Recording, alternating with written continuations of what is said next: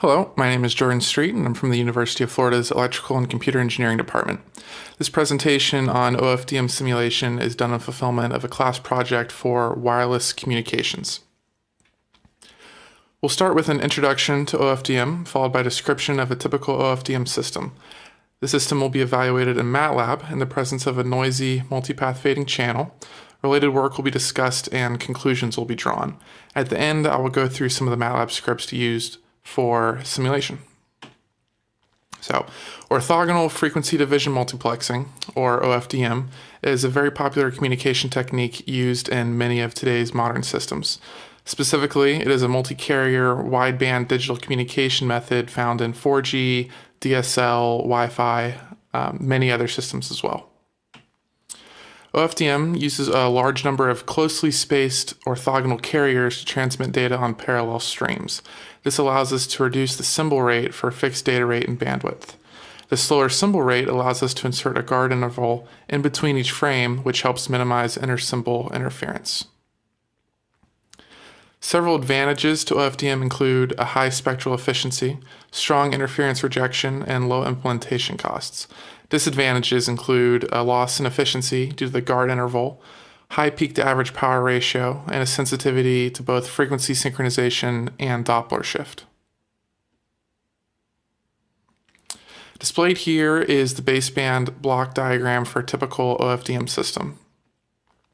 A binary stream of data is first shifted into parallel blocks.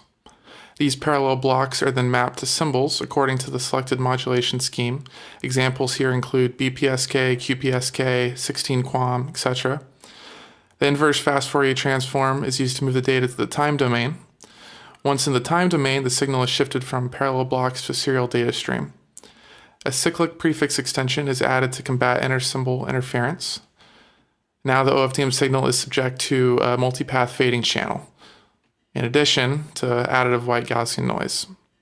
At the receiver end, the cyclic prefix is removed.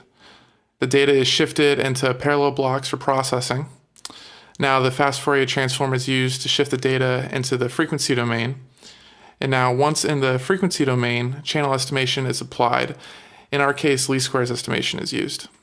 The data is then demodulated using the same modulation scheme in the receiver. This is shifted from symbols to bits, and finally these bits are shifted from parallel blocks to a serial binary stream. In order to simulate more realistic conditions, we use the following channel model, which includes additive white Gaussian noise and multipath fading. X of n is the OFDM signal, G of n is the channel impulse response, W of n is noise, and Y of n is the corrupted OFDM signal. To combat the effects of multipath fading, we estimate the channel in the following manner. We first drop the noise term since it's zero mean, and we move the expression to the frequency domain. By propagating a known signal, x of omega, we can use the output y of omega to estimate g of omega. With an estimate of the channel, we can then estimate the original OFDM signal as g omega inverse times y omega. This process is referred to as least squares estimation. The known signal x of omega is referred to as the pilot signal and can either be of block type or comb type. Block type pilots are periodic in time but span the entire frequency range, while comb type pilots are periodic in frequency but span the entire time range. We now simulate the OFDM system in MATLAB, first ignoring multipath fading effects.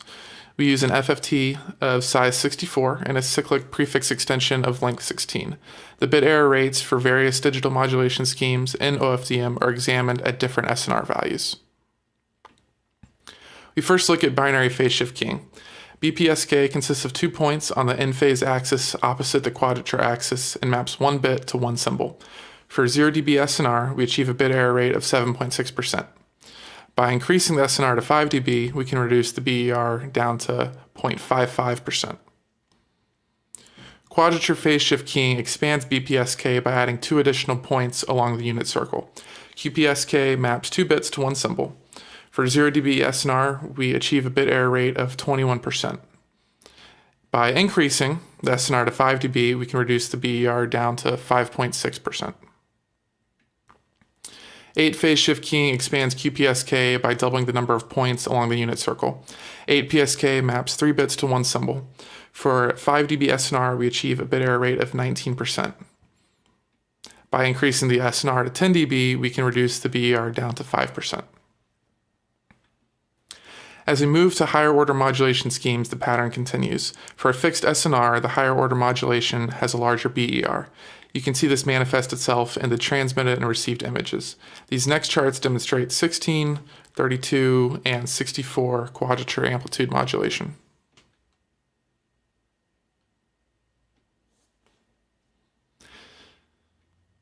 As the modulation order increases, the constellation becomes more dense and a higher SNR is needed to preserve the bit error rates.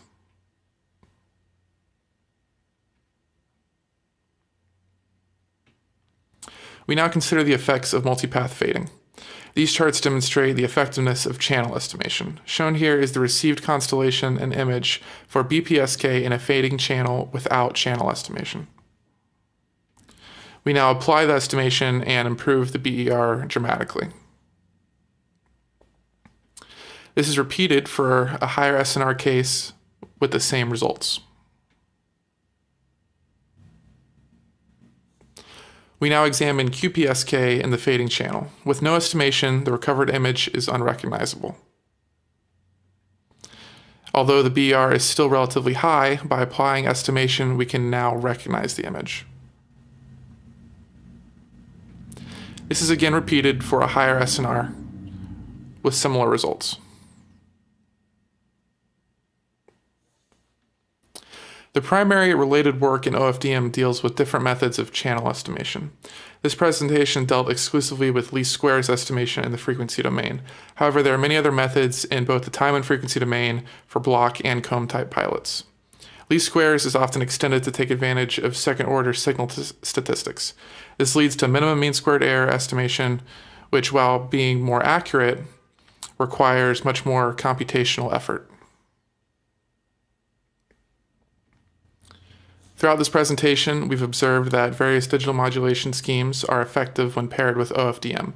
We specifically looked at BPSK, QPSK, 8PSK, 16, 32, and 64 QAM, all showing robust performance to noise and inter-symbol interference. When simulated with multipath fading, channel estimation was necessary to produce acceptable results. In general, we see that channel estimation methods trade off accuracy with computational complexity. We'll now go ahead and take a look at some of the MATLAB scripts used for simulation. This is the main OFDM simulation script. The first thing we do is input different parameters for the simulation. So here we're using QPSK as the modulation method, an FFT size of 64, a 16-length cyclic prefix extension. We are specifying a target SNR of 20 dB, telling the channel that it has 8 taps, and we're going to use least squares as the estimation method. This allows you to save the plots at the end to a specific file. So the first thing we do is we read in the image and translate it from three-dimensional array, where you have the XY dimension along with each RGB component, into a single binary stream. This binary stream is then mapped from bits 1 and 0 to symbols, which correspond to the modulation order. So for 8 PSK, the binary stream is grouped into blocks of 3, since 8 PSK is capable of summarizing 3 bits of information.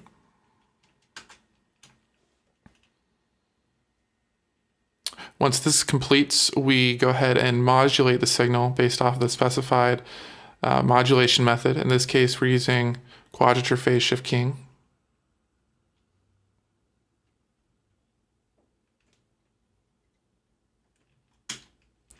Now, the IFFT, inverse fast Fourier transform, is used to move the data to the time domain from the frequency domain, and a cyclic prefix extension is added.